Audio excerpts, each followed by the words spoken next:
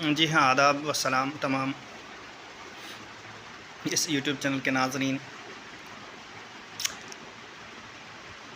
जो भी aspirants forester exam के लिए तैयारी कर रहे हैं और ख़ास करके क्लास 11th का जो ये केमिस्ट्री वाला चैप्टर है, पी ब्लॉक एलिमेंट्स, ये आज इस यूट्यूब पर 9वां चैप्टर जो हम पढ़ने जा रहे हैं क्लास 11th के रिलेटेड केमिस्ट्री का।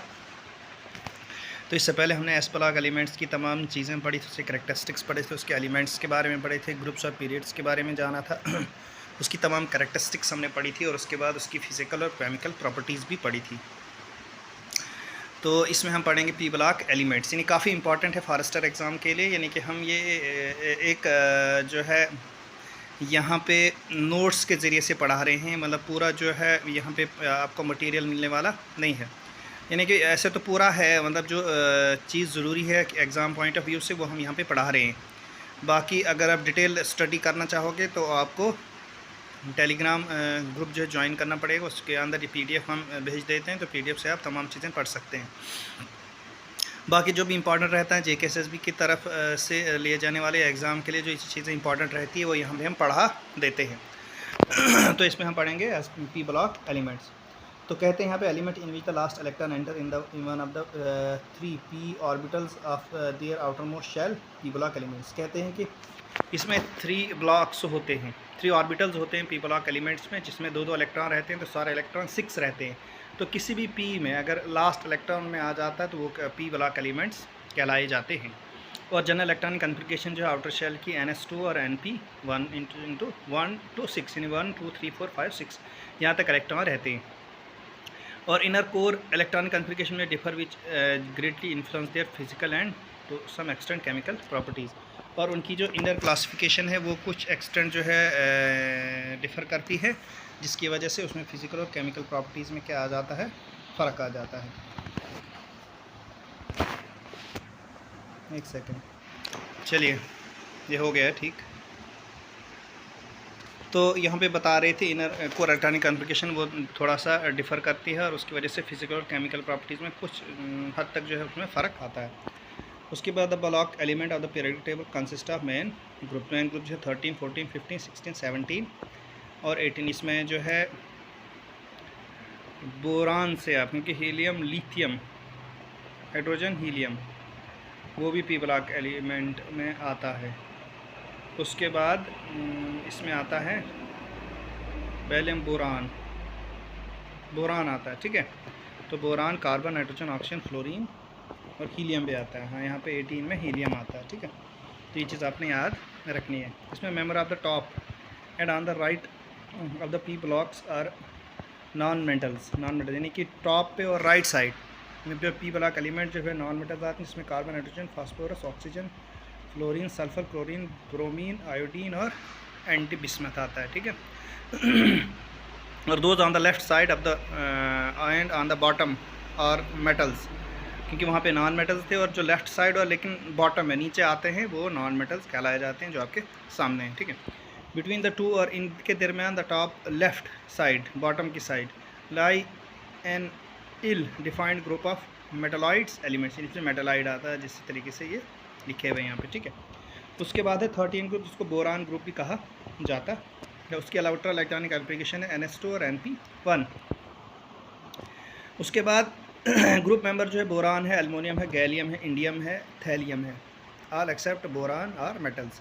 एक्सेप्ट इन बोरान के अलावा जितने भी हैं ये सारे मेटल्स हैं, और बोरान ही एक जो नॉन मेटल है। Boron show diagonal relationship with silicon, यानी डायगनल रिलेशनशिप बताता है ये सिलिकॉन के साथ।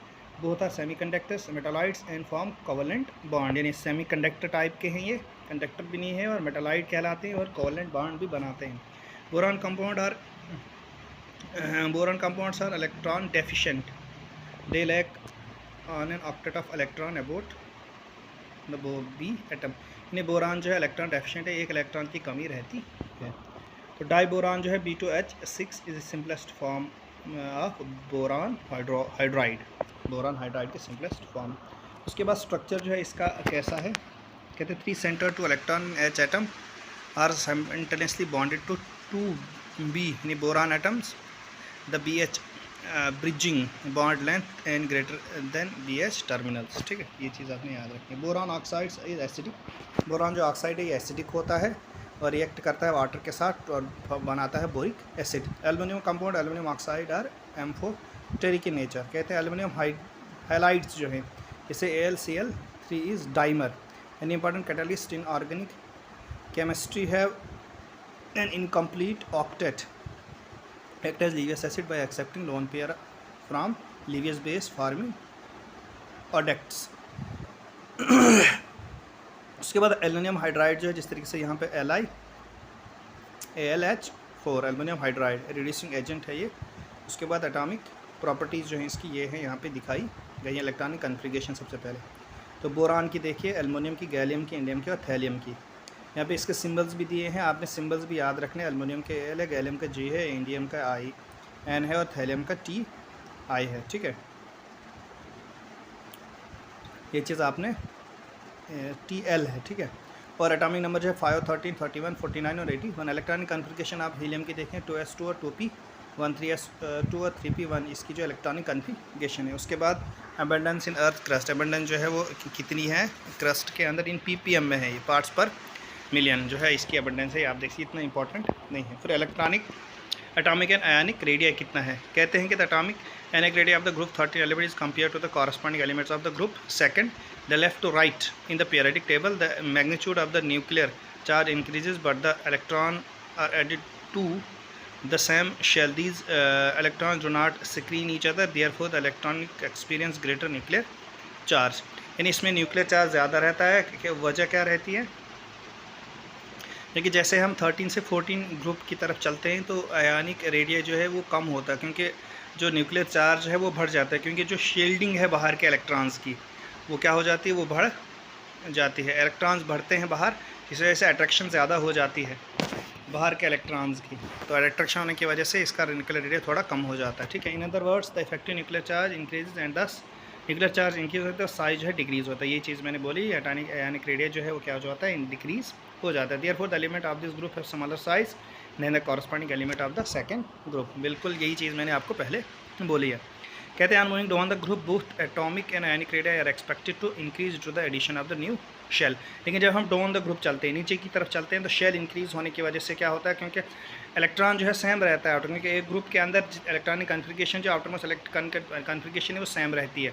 और जब हम डाउन द ग्रुप चलते हैं तो इलेक्ट्रॉन एक ही, यानी कि एक सिंगल इलेक्ट्रॉन होने की वजह से उसका जो न्यूक्लियर चार्ज में कोई फ़र्क नहीं आता, लेकिन शेल जो है वो क्या हो जाता है, बढ़ जाता है। और शेल के बढ़ने की वजह से न्यूक्लियर चार्ज कम हो जाता है, जिससे उसका साइज़ बढ़ जाता है। यही चीज़ यहाँ पे लिखी है। और expect to increase to the addition of a new shells. However the observe atomic radii of aluminum 143 ppm and slightly more than that of gallium 135 parts per million।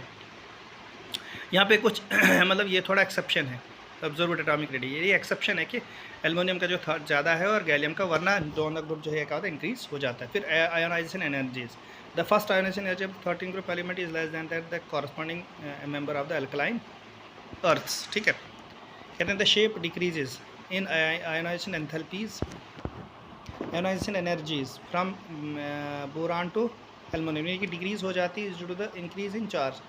क्योंकि आयोनाइजेशन एनर्जी क्या होता है कि कितना अट्रैक्शन जो है करता है न्यूक्लियस जो है बाहर के इलेक्ट्रॉन्स को, वो इंक्रीज़ हो जाती है। ठीक है, क्योंकि यहाँ पे शेल जो है इंक्रीज़ हो जाता है। In case of gallium there is a 10 d electrons in its inner electronic configuration. Very high value of third ionization energy of thallium indicates +3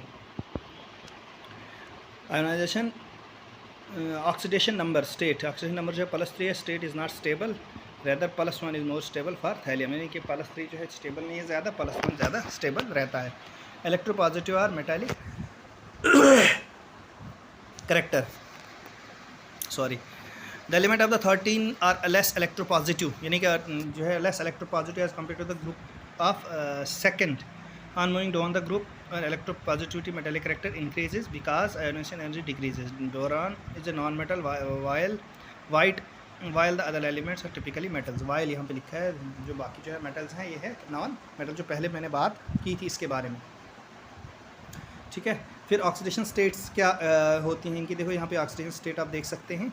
the common oxygen state of 13 group element is +3n -+1, यानी common जो है +1 और +3। The stability of the oxygen +1 oxygen state increase in the sequence of aluminium, फिर है gallium, indium, thallium due to the inert pair effect. Inert pair effect की वजह से इनकी जो है स्टेबल जो है +1 इलेक्ट्रॉनिक कन्फिगरेशन, जिसका ऑर्डर जो है यहाँ पे दिया हुआ है। उसके बाद केमिकल रिएक्टिविटी जो है 13 ग्रुप एलिमेंट्स की है। All elements in their compound exhibit oxygen state of +3 and +1। Hydrides कहते हैं none of the group 13 elements react directly with hydrogen, इन्हें कोई भी जो है हाइड्रोजन के साथ रिएक्ट नहीं करता directly. however a number of hydrides of these elements have been compared by indirect method। indirect method से उनको क्या किया जाए, हाइड्राइड बनाया गया है। the boron hydrides are called boranes and classified into 2 series। इस तरीके से यहाँ पे BnHn+4 called as nadoboranes और BnHn+6 जो है called as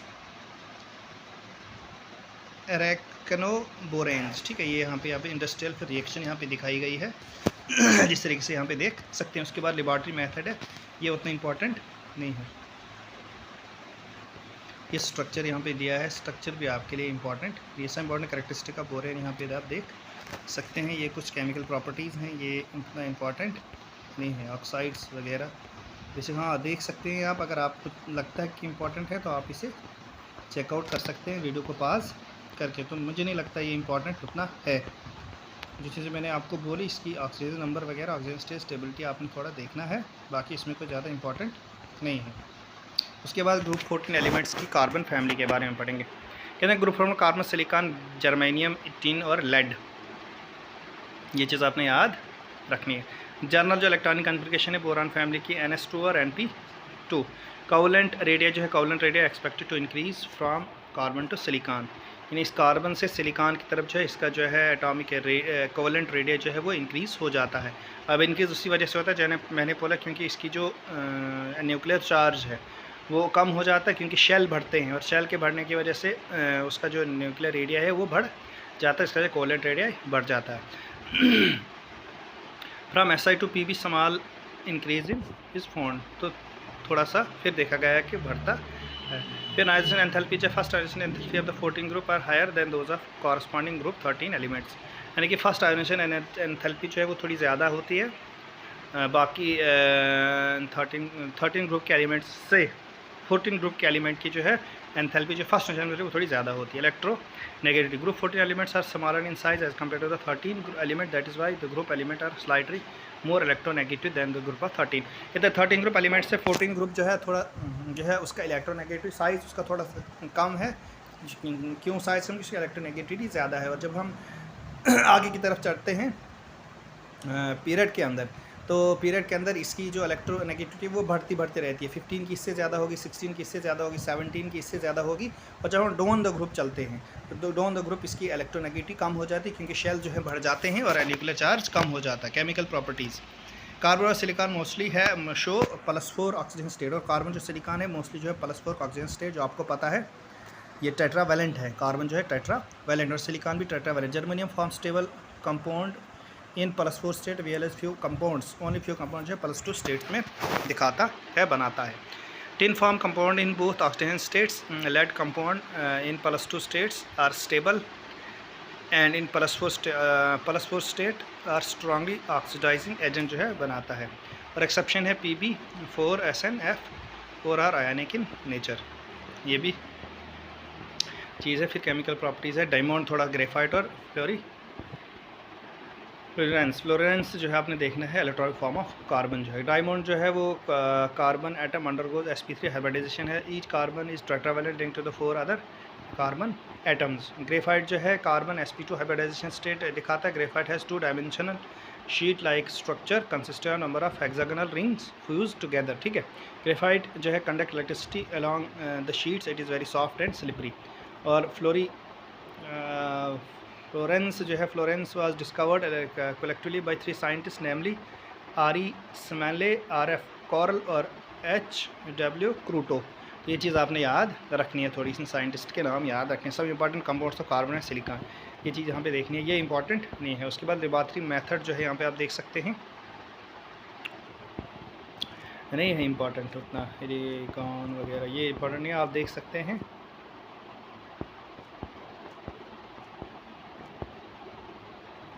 उसके बाद यहाँ पे एक एक नंबर के क्वेश्चंस भी हैं दिए हुए। कहते हैं why is boron used in nuclear reaction, because boron can absorb neutron, neutron को ऑब्जॉर्ब करता है। By giving the balance equation show how जो है बोरान हाइड्राइड जो है यहाँ पे behave as an acid in water. देखो यहाँ पे आप दिखा रहे हैं यहाँ पे किस तरीके से ये रिएक्ट करता है। उसके बाद name the element of group 14 which exhibit maximum tendency for catenation. तो कैटिनेशन मैक्सिमम टेंडेंसी किसी कार्बन की होती है। What is the basic building unit of all silicates. तो बेसिक बिल्डिंग यूनिट सिलिकेट्स का SiO4 4 negative is the basic unit of all silicates. What happen when BH4 react with iodine, iodine के साथ जब react करता है तो क्या होता है। ये क्वेश्चन वैसे एग्जाम में पूछे नहीं चाहिए। जैसे प्रोड्यूसर गैस किसी producer gas is a mixture of carbon monoxide and nitrogen in the ratio of 2:1। तो यहाँ पर ये प्रोड्यूसर गैस पूछा जा सकता है। प्रोड्यूसर गैस किसे कहते हैं, तो कार्बन मोनोऑक्साइड और नाइट्रोजन जब वहाँ 2:1 रेशो में जो है वो रिएक्ट होते हैं तो प्रोड्यूसर गैस बनाते हैं। Write the state hybridization of B in BF3। तो हाइब्रिडाइजेशन जो है B की यहाँ पे sp2 है। Mention the state of hybridization of BH4 में sp3 है। कहते हैं which oxide of carbon is regarded as the anhydride of carbonic acid. कहते हैं carbon dioxide regarded as the hydride of carbonic acid. तो यहाँ पे कार्बन डाइऑक्साइड है। फिर यहाँ पे 2 मार्क्स के क्वेश्चंस भी हैं। Give the chemical reaction as an evidence for each following observation. तो ये इंपॉर्टेंट उतना नहीं है। What happen quicklime is heated to coke, carbon monoxide react to Cl2। तो क्या होता है, जैसे कि यहाँ पे क्विकलाइम है CaO प्लस कार्बन के साथ जो है कोक है, तो उसके साथ क्या होता है Ca कैल्शियम और कैल्शियम कार्बोनेट बनता है और कार्बन मोनोऑक्साइड रिलीज होती है। गिव रीज़न, यहाँ पे रीज़न तो ये इंपॉर्टेंट उतना नहीं है। ये सारे क्वेश्चन आप देख सकते हैं। आप 3 किस्म के क्वेश्चन भी हैं यहाँ पे, जो 3 नंबर के क्वेश्चन आते हैं यहाँ पे आप देख सकते हैं। अगर आपने ये करना हो, बाकी मेरे हिसाब से ये इम्पोर्टेंट नहीं है। तो ये P ब्लॉक के 1-2 ग्रुप्स हमने किए अभी तक, तो अलग सी वीडियो के अंदर हम फिर लाएंगे इसके बारे में कुछ चीज़ें। तो आपसे गुजारिश है कि आप मेरे चैनल को सब्सक्राइब कीजिए, वीडियो को शेयर कीजिए और लाइक कीजिए। थैंक यू, खुदा हाफिज़।